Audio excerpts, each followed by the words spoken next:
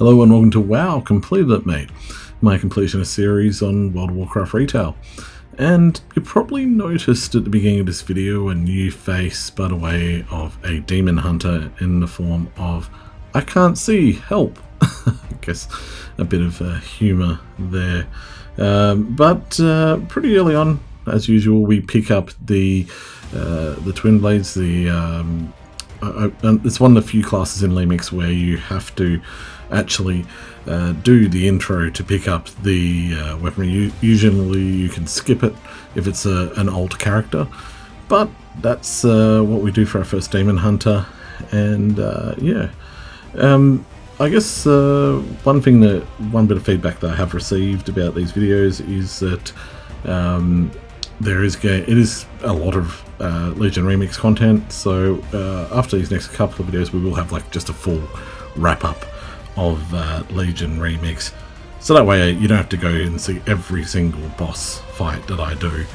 It'll be less vloggy, more targeted content, so stick around. I'll probably be about episode 14.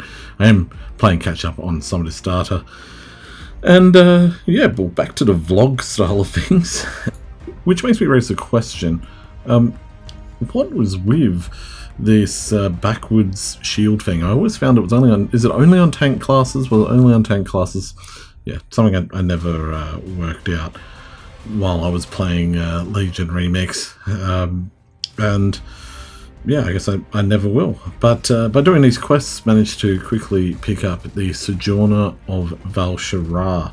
Now, the Sojourner of Val'sharah is a achievement where all the little side quests and all that are done, and yeah, we can play that in Valsharah. Valsharah was one of my favourite zones really early on in Legion Remix. I believe it was the first zone I did in Legion Remix, which probably makes no sense chronologically if you played that expansion.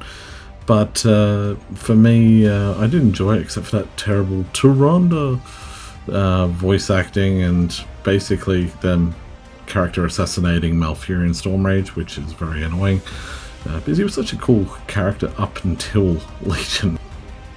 But wasn't long before we were back in a dungeon and also collecting the first piece of Decor, something that I've been looking to try and get into. Obviously I did pre-order Midnight.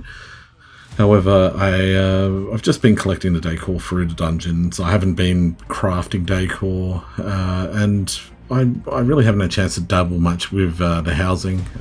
We do have, I'm hoping to have a guild neighborhood at the moment. I'm just chilling next to my mate Nate, who you'll see later in the video. But speaking of mates, here's old Rexhunnt.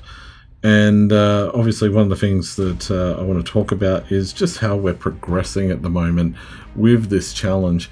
One of the things that we haven't really put up on previous episodes is where we're at the moment. We're sitting at 18.92%, and that's something that, well, I want to get that over 20%. I think I've mentioned that in previous videos. I really want to get that over 10%. Over 20%, I should say.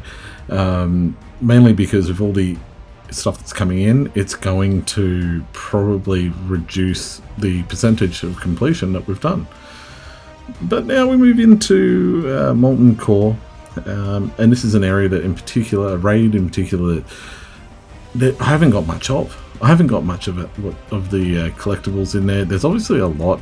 There's obviously tier 1 gear, raid gear, that hasn't been collected, and also there's a lot that hasn't been collected in terms of you know, the pets, the toys that come in these raids, and that's something that obviously I need to step up and do more of if I'm wanting to increase that percentage. Now, we start pretty quickly and we move on to knocking out a few things with one shot. Obviously Nate is a higher level. Nate is one of my mates in real life. Go check him out at the link that I'm about to post now. but we'll just drop off for a spot of fishing here. And just talk a bit more about Nate. Nate also runs a gaming channel. You can check him out on Twitch. Go check him out for sure. As we check out what's in my bags, and there's really not much in the way of baggage space at this low level. Obviously I haven't gone out and bought massive bags, so Rexhunnt is pretty restricted in what he has, but you know, it doesn't stop me fishing. And moving on to our next little bit of excitement is we move on and start killing some of these bosses. Obviously, the funny thing about this was that these dogs didn't die. They just kept going and going and going and going. And we didn't realise that Nate hadn't spec'd multi-shot. And obviously, you can't respec if you're fighting. So Nate's just pointlessly shooting away. And I'm just having a casual drink, as you saw before. You know what, while I'm at it, I'll probably just take a look and see what's in my bags and how I can empty those whilst Nate's not doing much.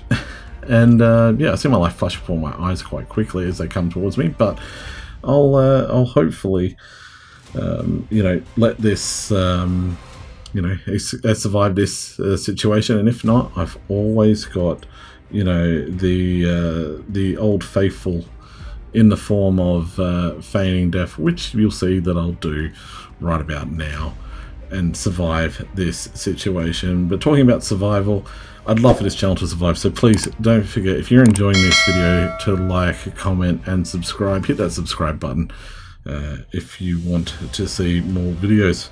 And we know now at the end of the dungeon, we're at 8.77% of Molten Core, and we're really making some progress, I feel, in this challenge, and that's reflected there with a 19.12%. We've gone up over the 19% barrier. However, there's a lot that we could do. Pet battles are one of these things, and I'm sure we'll be doing a lot of that in the future. If you want to be in the Hall of Fame, please make sure you're commenting on these videos, and you can feel free to add me in-game. We do have a guild that we've set up, and I will put that link in the description below. But once again, thank you for visiting my video. Don't forget to like, comment and subscribe. And if you want to check out the series from the very beginning, you can do so by clicking this video here.